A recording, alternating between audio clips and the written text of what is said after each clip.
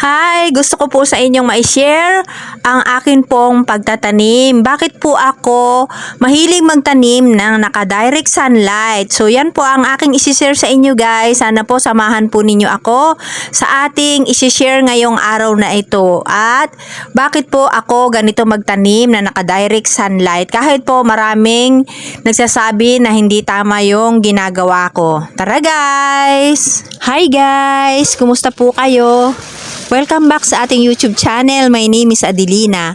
So ngayon po ay isi-share ko sa inyo kung paano magtanim ng mga succulent si Adelina G. Losegro. Share ko po sa inyo kung paano ako nagtatanim ng mga succulent. Ganito po yan guys, katulad po nito, pinapakita ko sa inyo bagong tanim po ito. So ngayon pong araw na to is eksaktong 8 days na po ito buhat nung aking itinanim. So ayan po, mag-umpisa nung itinanim ko ito ay inilagay ko na po dito sa direct sunlight itong ating itinanim na succulent. So ganito po ako magtanim guys. Nagda-direct sunlight ako kapag bagong tanim ang aking mga succulent. Nasubukan ko na po magtanim ng nasa shaded area at saka ng naka-direct sunlight. So ang mas effective sa akin guys ay yung naka-direct sunlight dahil kapag nilalagay ko sa shaded area ang aking mga sakis kapag bagong tanim, ang nangyayari po bumubuka yung kanilang mga dahon.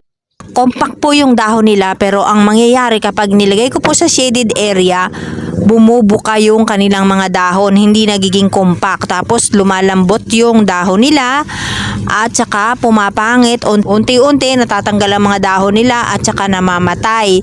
So kaya po buhat nung naranasan ko yon, nagtanim po ako ng naka-direct sunlight. Kapag tinanim ko sila, dito ko na po kaagad nilalagay sa direct sunlight.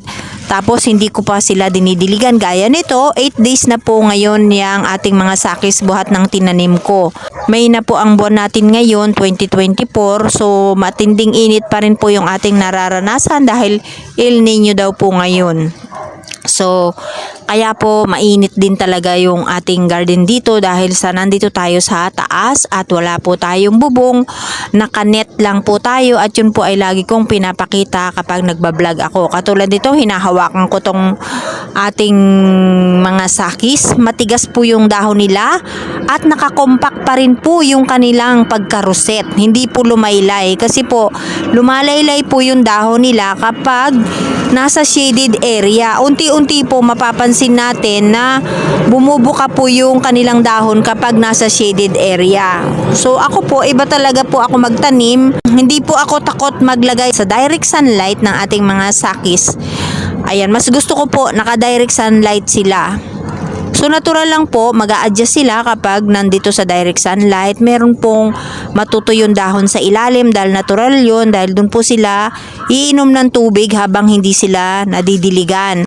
Natural lang yun sa kanila, doon sila kumukuha ng kanilang iinumin, kaya sila natutuyuan ng dahon sa ilalim. Kapag nagdidilig uli ako, hintayin ko lang po uling madry yung soil nila. Kaya po, nasanay na po ako talaga. Mas gusto ko na nagtatanim ako ng naka-direct sunlight. Katulad po ng aking mga nasa long pot na nakalagay dito sa ating plant rack. So, nung itinanim ko po yung ating mga sakis dito, dito na lang po talaga sila nakalagay dahil mabigat po sila at saka malalaki, mahaba, punong-puno ng potting mix. So, dito mismo ako nagtatanim sa ibabaw ng plant rack kung saan sila nakalagay. So, naka-direct sunlight po yun. Kaya wala po yung bubong. So, nasanay na talaga ako guys na magtanim ng ganito na naka-direct sunlight. Siguro po, nasubukan na rin po ninyo magtanim ng nasa shaded area. Iba pong mga sakis, lumalambot ang dahon. Yung iba naman po, hindi. Katulad po ngayon ng pinapakita ko sa inyo dahil po makakapal yung kanilang mga dahon. So kapag makakapal yung dahon nila, kahit po matagal na hindi dinidiligan, matigas pa rin po yung kanilang mga dahon. Katulad po nito, 8 days na sila. Pero wala pong malambot sa kanilang dahon. Yung kinukunan lang nila ng tubig na dahon sa ilalim, yun lang po yung lumalambot dahil dun sila umiinom. So, lahat po ng yung mga nasa ibabaw na dahon nila, matitigas po lahat. Katulad niya hinahawakan ko. lahat po sila matigas. Yung maninipis po ang dahon ng mga sakis. Lumalambot po sila pero mas nagiging compact po kapag rosette yung ating mga sakis kapag nasa direct sunlight sila. Kaysa nilalagay ko sa shaded area na talagang ang pangit talaga nung dahon, nasisira po yung pagka-rosette nila dahil bukang-buka po yung kanilang mga dahon. Kaya po ganito po mag-alaga o magtanim si Adelina Lucegro ng mga succulent. Marami pong nagsasabi sa akin na mali daw po yung ginagawa ko na nagtatanim ako na nilalagay ko sa direct sunlight kapag kariripat ko pa lang o katatanim ko pa lang ng ating mga succulent. Pero yan po ay matagal ko nang ginagawa at yan ang effective sa ginagawa ko sa pagtatanim ng mga succulent.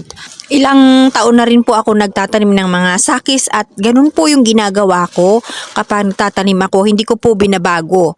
Kapag succulent, sa direct sunlight. Kapag houseplant, sa shaded area. So kaya po iba-iba. So meron tayong mga sakis na kapag inilagay sa direct sunlight ay lumalambot yung mga dahon. So hindi po pare-parehas ng mga sakis ay makapal ang dahon. So yung malambot ang dahon, maninipis po ang dahon ng mga succulent.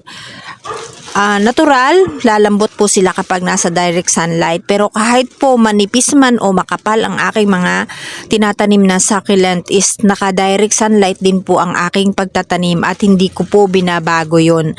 Dahil yan po ang naobserbahan ko sa mga experience ko sa mga nakaraang taon o yung mga ginagawa ko, kailangan nating obserbahan kapag nagtatanim tayo kung alin ba yung nararapat sa ating mga tinatanim. Kaya po yun yung mga ginagawa ko dahil yan po yung nagiging successful para sa akin sa pagtatanim ng mga succulent. At nagpapasalamat din po ako sa lahat ng mga naniniwala sa akin sa klase ng aking pagtatanim. Thank you so much po sa inyong lahat at nagtitiwala kayo sa aking ginagawa.